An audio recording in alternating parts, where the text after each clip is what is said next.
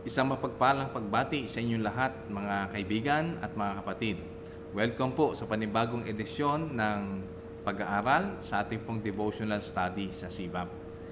Ako po ang inyong lingkod, si Pastor James Martinez mula po sa Cavite. Purihin ang Panginoon sa gabing ito. Nais ko po kayong anyayahan na makibasa mula sa teksto ng mga taga-Hebreo, sa aklat ng mga taga-Hebreo, Kapitulo 12, talatang 5 hanggang 7. Hebrews chapter 12, verses 5 hanggang 7. Anak ko, huwag mong baliwalain ang pagtutuwid ng Panginoon at huwag kang panghinaan ng loob kapag ikaw ay dinidisiplina niya, sapagkat dinidisiplina ng Diyos ang mga minamahal niya at pinapalo ang tinuturing niyang mga anak. Pagpalain ng Diyos ang pagbabasa ng kanyang salita. Kung kayo po'y matanong ko, kayo ba'y nakaranas nung kayo mga bata na maparusahan, mapalo, mapingot ang tenga, masinturon, paluin ng walis tambo o ano man?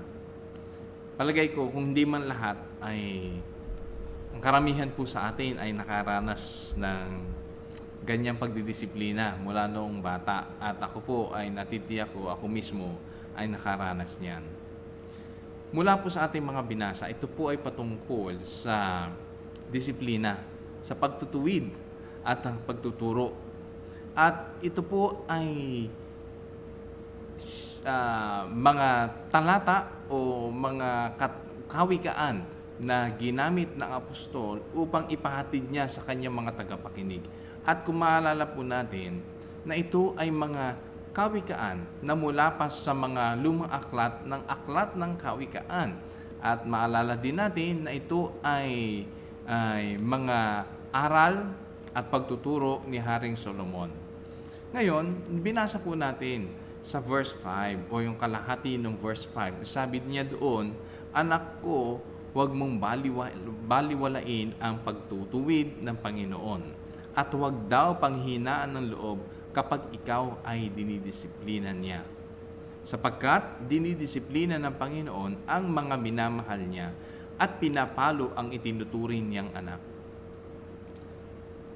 Bagamat hindi madali, hindi komportable, at hanggat maaari ay hindi tayo makaranas ng pagtutuwid o yung pagdidisiplina na tinatawag. Sa English version, ginamit po yung word na chastisement at ibig sabihin po niyan ay pinarurusahan dahil sa maling nagawa at ito po ay bahagi at paraan ng pagdidisiplina kung ito man ay sa bata o sa isang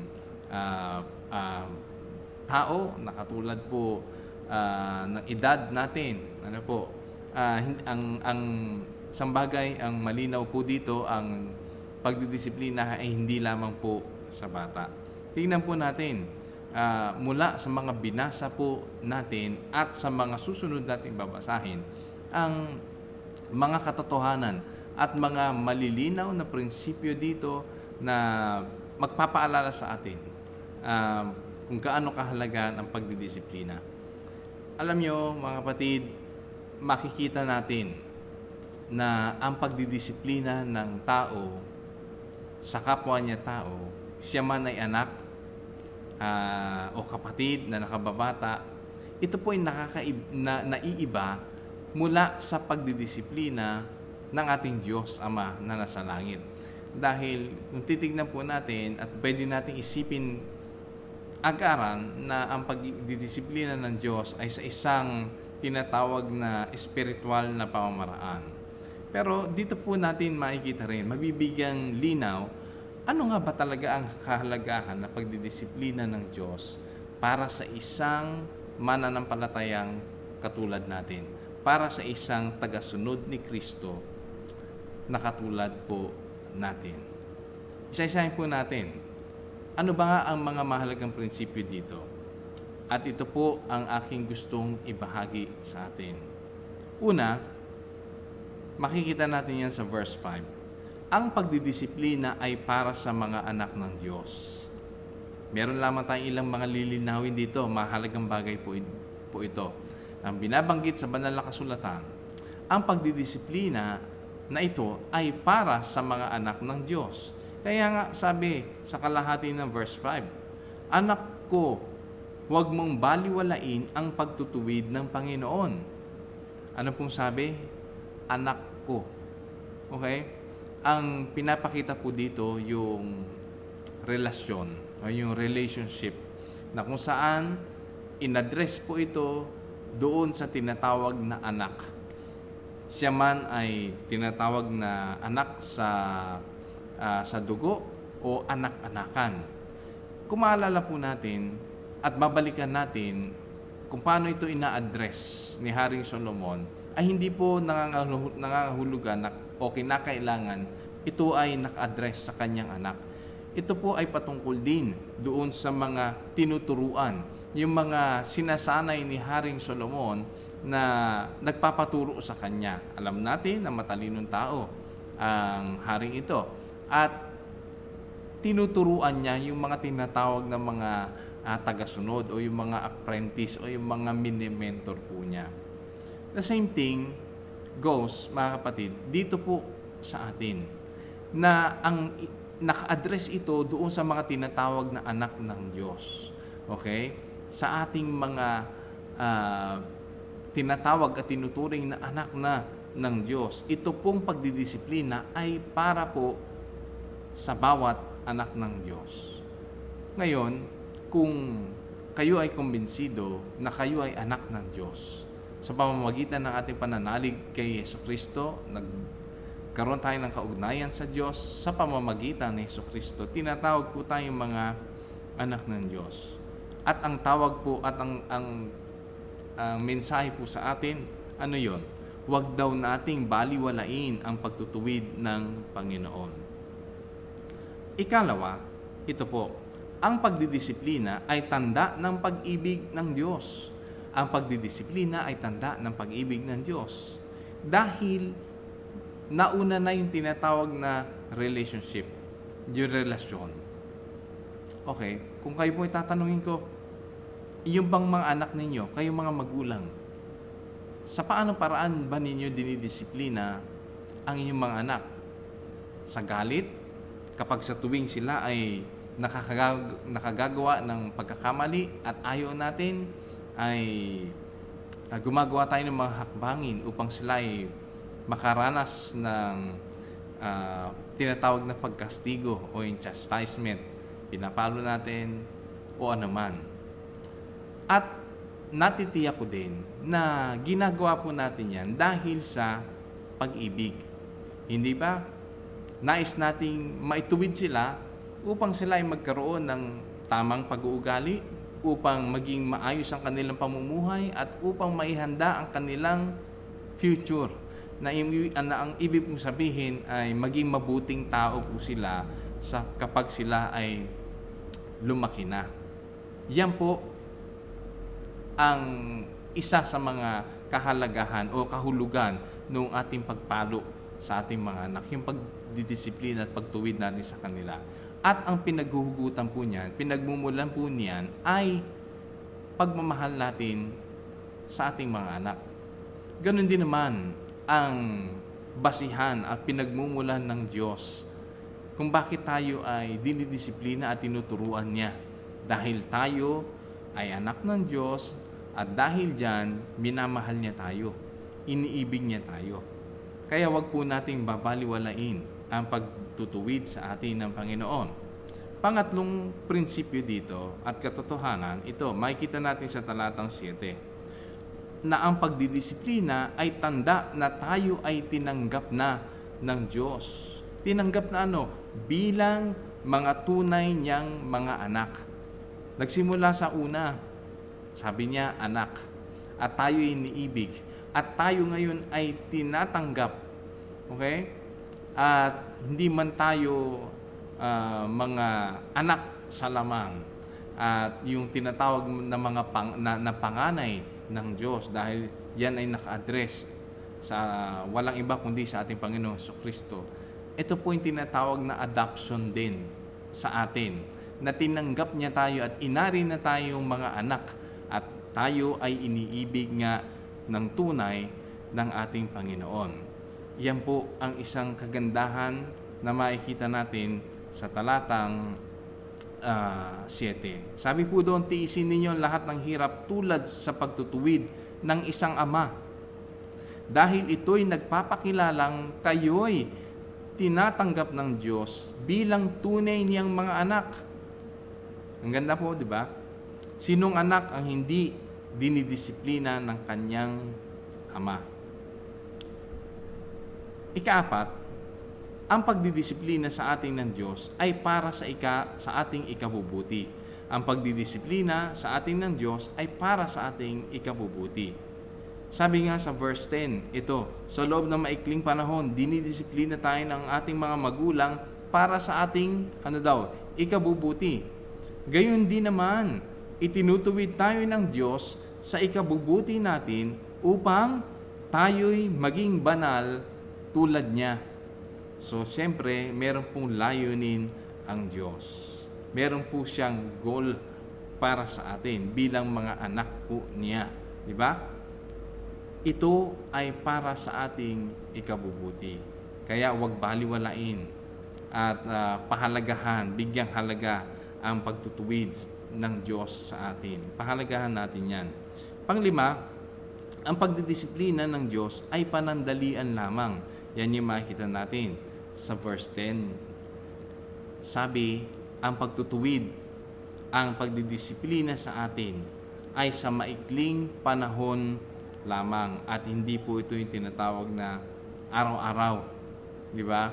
Alam mo, pagka nagagalit tayo sa mga anak natin o kung tayo man ay merong negosyo or isang superior sa isang institusyon, hindi po maiwasan na tayo ay magturo, magdisiplina, magsermon kapag may kakulangan ang mga tao, kapag may kasalanan ang mga bata. So nagsisermon tayo at minsan umahantong sa pagdidisiplina at pagpalo, lalo na sa mga bata. Ano po? Ngunit ang magiging damdamin po natin dito ay yung pong tinatawag na goal natin ay gawin ito, turuan sila para sa kanilang ikabubuti. Yan din po ang layunin ng Diyos sa atin, sa kanyang iglesia at sa bawat mananampalataya. Panglima, ito po, ang pagdidisiplina ng Diyos ay panandalian lamang. Temporary. Okay? Wala pong taong laging dinidisiplina kung sino-sino na wala namang nagawa. Pansinin po natin, kapag ang bata ay nagkamali, nagkasala, alam po natin at nararamdaman at nahalata po natin yan sa kanila kapag sila ay nakasakit na ibang tao, nagsinungaling, gumawa ng alam natin ay mali at alam niya ay mali at nagkasala sila. Mula po doon ay mapapansin po natin na sila ay meron ng judgment din sa kanilang sarili na may kasalanan sila. Kaya tayo ay gumagawa ng aksyon, di po ba, mga kapatid? Gumagawa tayo ng mga pamaraan para sila ay disiplinahin. Pero hindi po ito pang-araw-araw o gagawin natin sa susunod na araw o sa mga susunod pang mga araw. Ang sinasabi lamang po dito, sa maikling panahon, dinidisiplina tayo ng Diyos. Tayo rin, mga kapatid, sa maikling panahon. Kaya minsan, alam natin na mahirap at hindi tayo komportable dyan. Pero ang pag-asa at kaaliwan natin, ito ay panandalian lamang hanggat matutunan natin kung ano ang tinuturo sa atin ng ating Panginoon. Panganim, ito po, ang pagdidisiplina ng Diyos ay nasa matuwid na paraan. Ang pagdidisiplina ng Diyos ay nasa matuwid na paraan. Alam nyo, ang kaibahan ng pag tayo nagagalit, na gusto nating disiplinahin kung sino man, bata, kapatid, anak natin, ay minsan nangunguna yung damdamin, di po ba? Minsan namamalo, namimingon tayo. ng may kasamang inis at pagkagalit. Naiiba po ang pagdidisiplina ng Diyos sa pagdidisiplina ng tao. Paano po yon? Hindi po nagsasalita ang Diyos ng masakit laban sa kanyang anak. Hindi niya sinasabi, bakit ka ganyan? Paulit-ulit mong ginagawa yan, wala kang kwenta. Hindi po ganyan ang Diyos. Kapag siya ay pumalo, ay kontrolado. Kapag siya ay nagsalita, ay hindi po yung makakasakit at ito ay laging tama at nasa maingat na pamamaraan at nasa matalinong pamamaraan. Higit po doon, higit po sa lahat, kapag siya ay nagdisiplina sa atin, ay may kasama na po itong kahabagan. Maalala po natin mga panaghoy 3, di po ba? Dahil sa pag-ibig, kahabagan ng Diyos, hindi tayo nauupos. Yan po. Pang-7, prinsipyo dito na makikita natin, ang pagdidisiplina ng Diyos ay para sa ikababanal ng kanyang mga anak. Para do ito sa ikababanal ng kanyang mga anak. Pansinin po natin, ang Diyos ay naglalayon na tayo ay maibalik niya sa ating dati, sa disenyo, sa pagkakadisenyo sa atin, na mabuti, matapat, at banal, dahil tayo nilikha ayon sa kanyang wangis, at ang wangis ng Diyos ay may buong kabanalan. At binabalik niya tayo doon. At habang tayo ay naririto sa lupa, ay nasa proseso po tayo ng pagbabago at binabago, tinuturuan tayo ng ating Panginoon mula sa mga aral ng kanyang salita, mula sa mga karanasan natin bilang mananampalataya, mula sa mga taong tumutulong sa atin sa ating paglago sa espiritual na aspeto. Dinidisiplina tayo ng Diyos para sa ikababanal natin, higit sa lahat tulad niya. Kung paano tayo noong nilikha, dito po tayo dadalhin ng ating Panginoon. Ngayon, nakita po natin yung mga 7 prinsipyo dito na makikita natin, na binasa natin sa verses 5 hanggang 7. Nais ko pong basahin yung mga ilang talata pa na mula sa talatang 8. Ang sabi po dito, kung ang pagdidisiplina na ginagawa sa lahat ng anak ay hindi gagawin sa inyo, hindi kayo tunay na mga anak, kundi kayo'y mga anak sa labas. Hindi ba't dinidisiplina tayo ng ating mga magulang at dahil dyan ay ginagalang natin sila? Hindi ba't upang tayo'y mabuhay, mas nararapat na tayo'y pasakop sa Diyos na ating Ama sa Espiritu?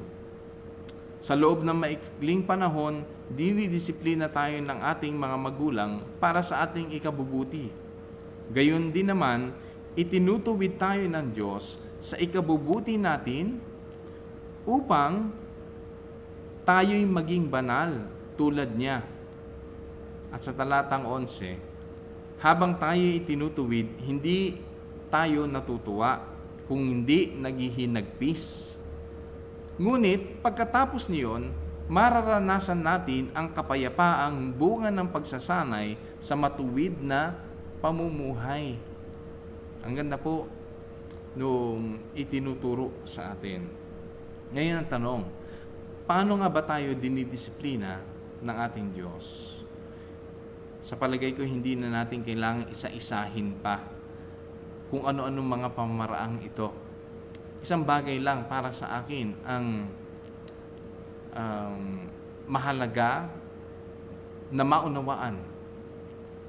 Bakit kailangan disiplinahin ng Diyos?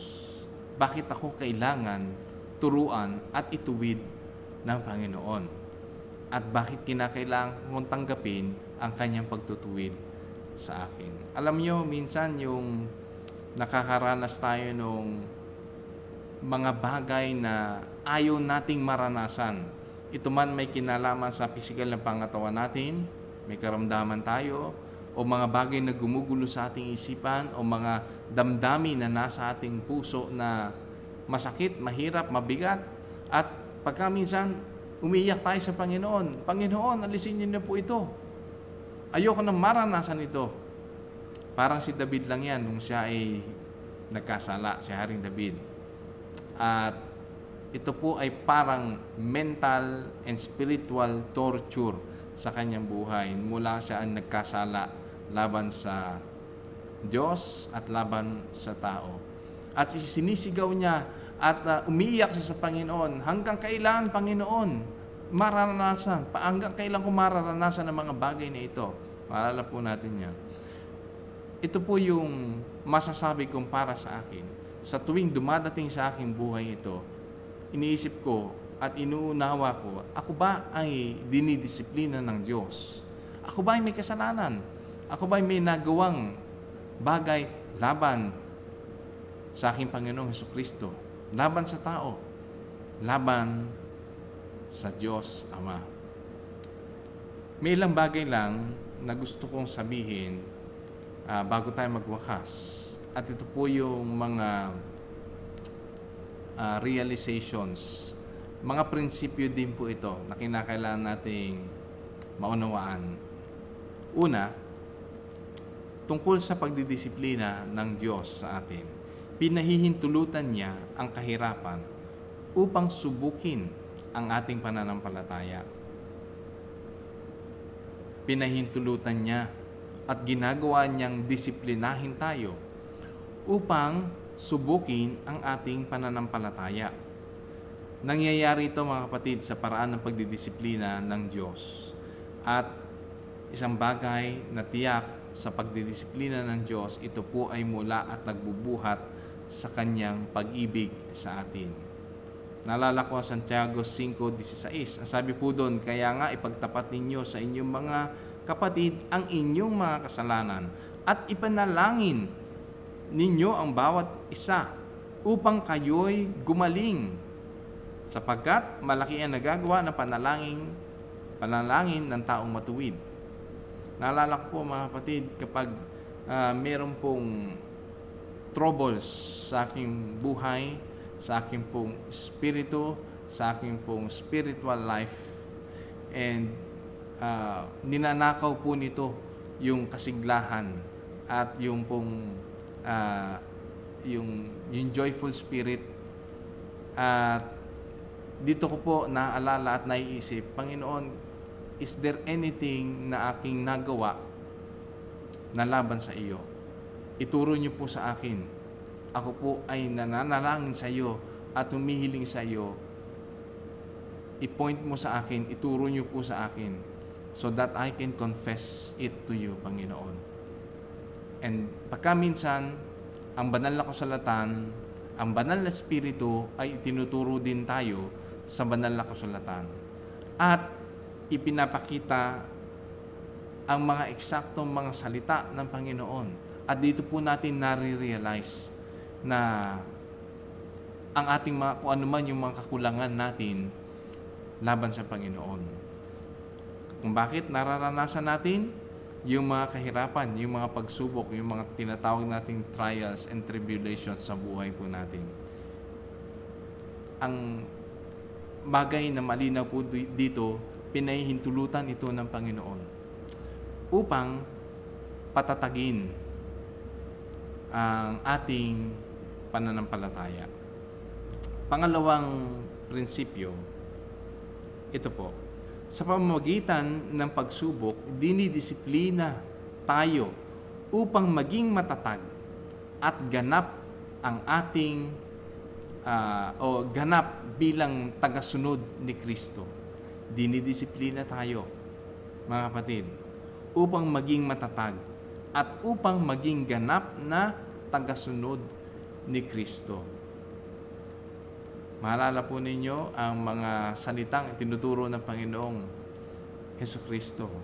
Sino man nagnanais na sumunod sa akin, kinakailangan niya itakwil ang kanyang sarili, buhatin ang krus, at sumunod sa akin.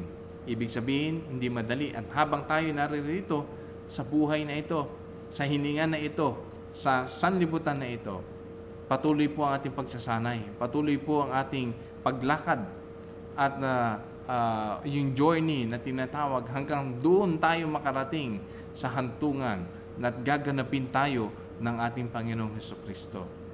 Ngunit habang wala pa doon, patuloy tayong sinasanay, dinidisiplina, tinuturuan at pinalalakas tayo ng ating Panginoon. Huwag po nating baliwalain ang disiplina ng Diyos na Kanyang pinararating, paminsan sa pamamagitan ng mga gobyerno, paminsan sa mga institusyon, pribado man ito o anuman, minsan sa iglesia bilang isang bahagi ng iglesia na tagasunod ni Kristo at bahagi ng iglesia, ay dumadating din sa atin ang pagdidisiplina sa pamamagitan ng church, sa pamamagitan ng pastor, ng leaders, at ang sinasabi po ay huwag nating baliwalain at ituring natin ito ay nagmumula sa pag-ibig ng Diyos.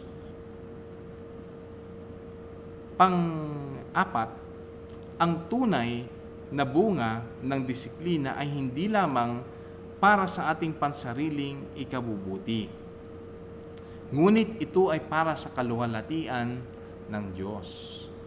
Ano po yun? Ang tunay na bunga ng pagdidisiplina ay hindi lamang para sa ating pansariling gain, pero ito po ay para sa kaluwalhatian ng Diyos. Kasi nga, saan tayo pupunta? Bumabalik tayo doon sa kaluwalhatian ng Diyos na originally ay idinisenyo niya para sa atin. Ngunit hindi pa iyon ganap. Okay?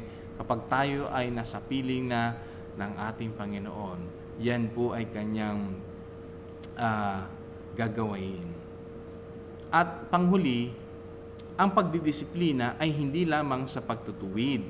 Ito rin ay pagsasanay sa atin upang maging handa tayo na makaharap sa Kanyang presensya.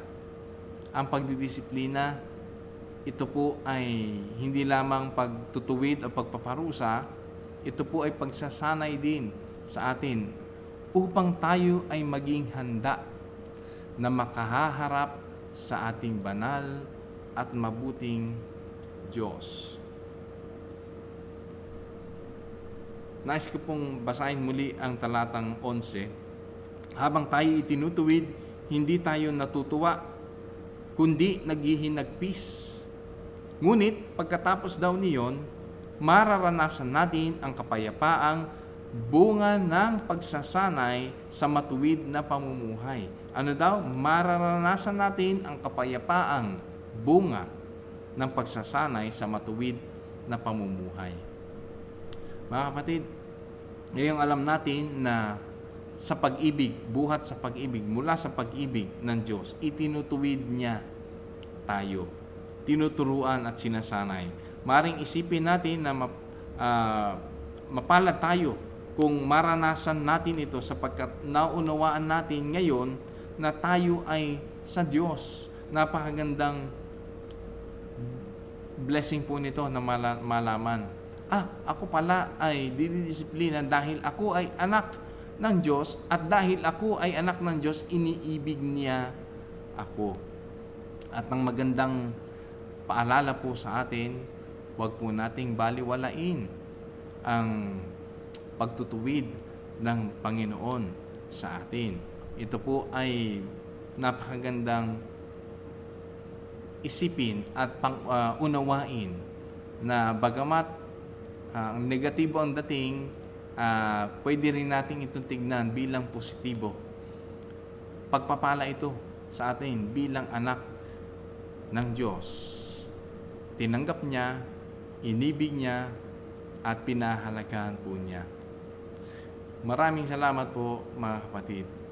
Pagpalain ng Diyos ang bawat isa sa atin.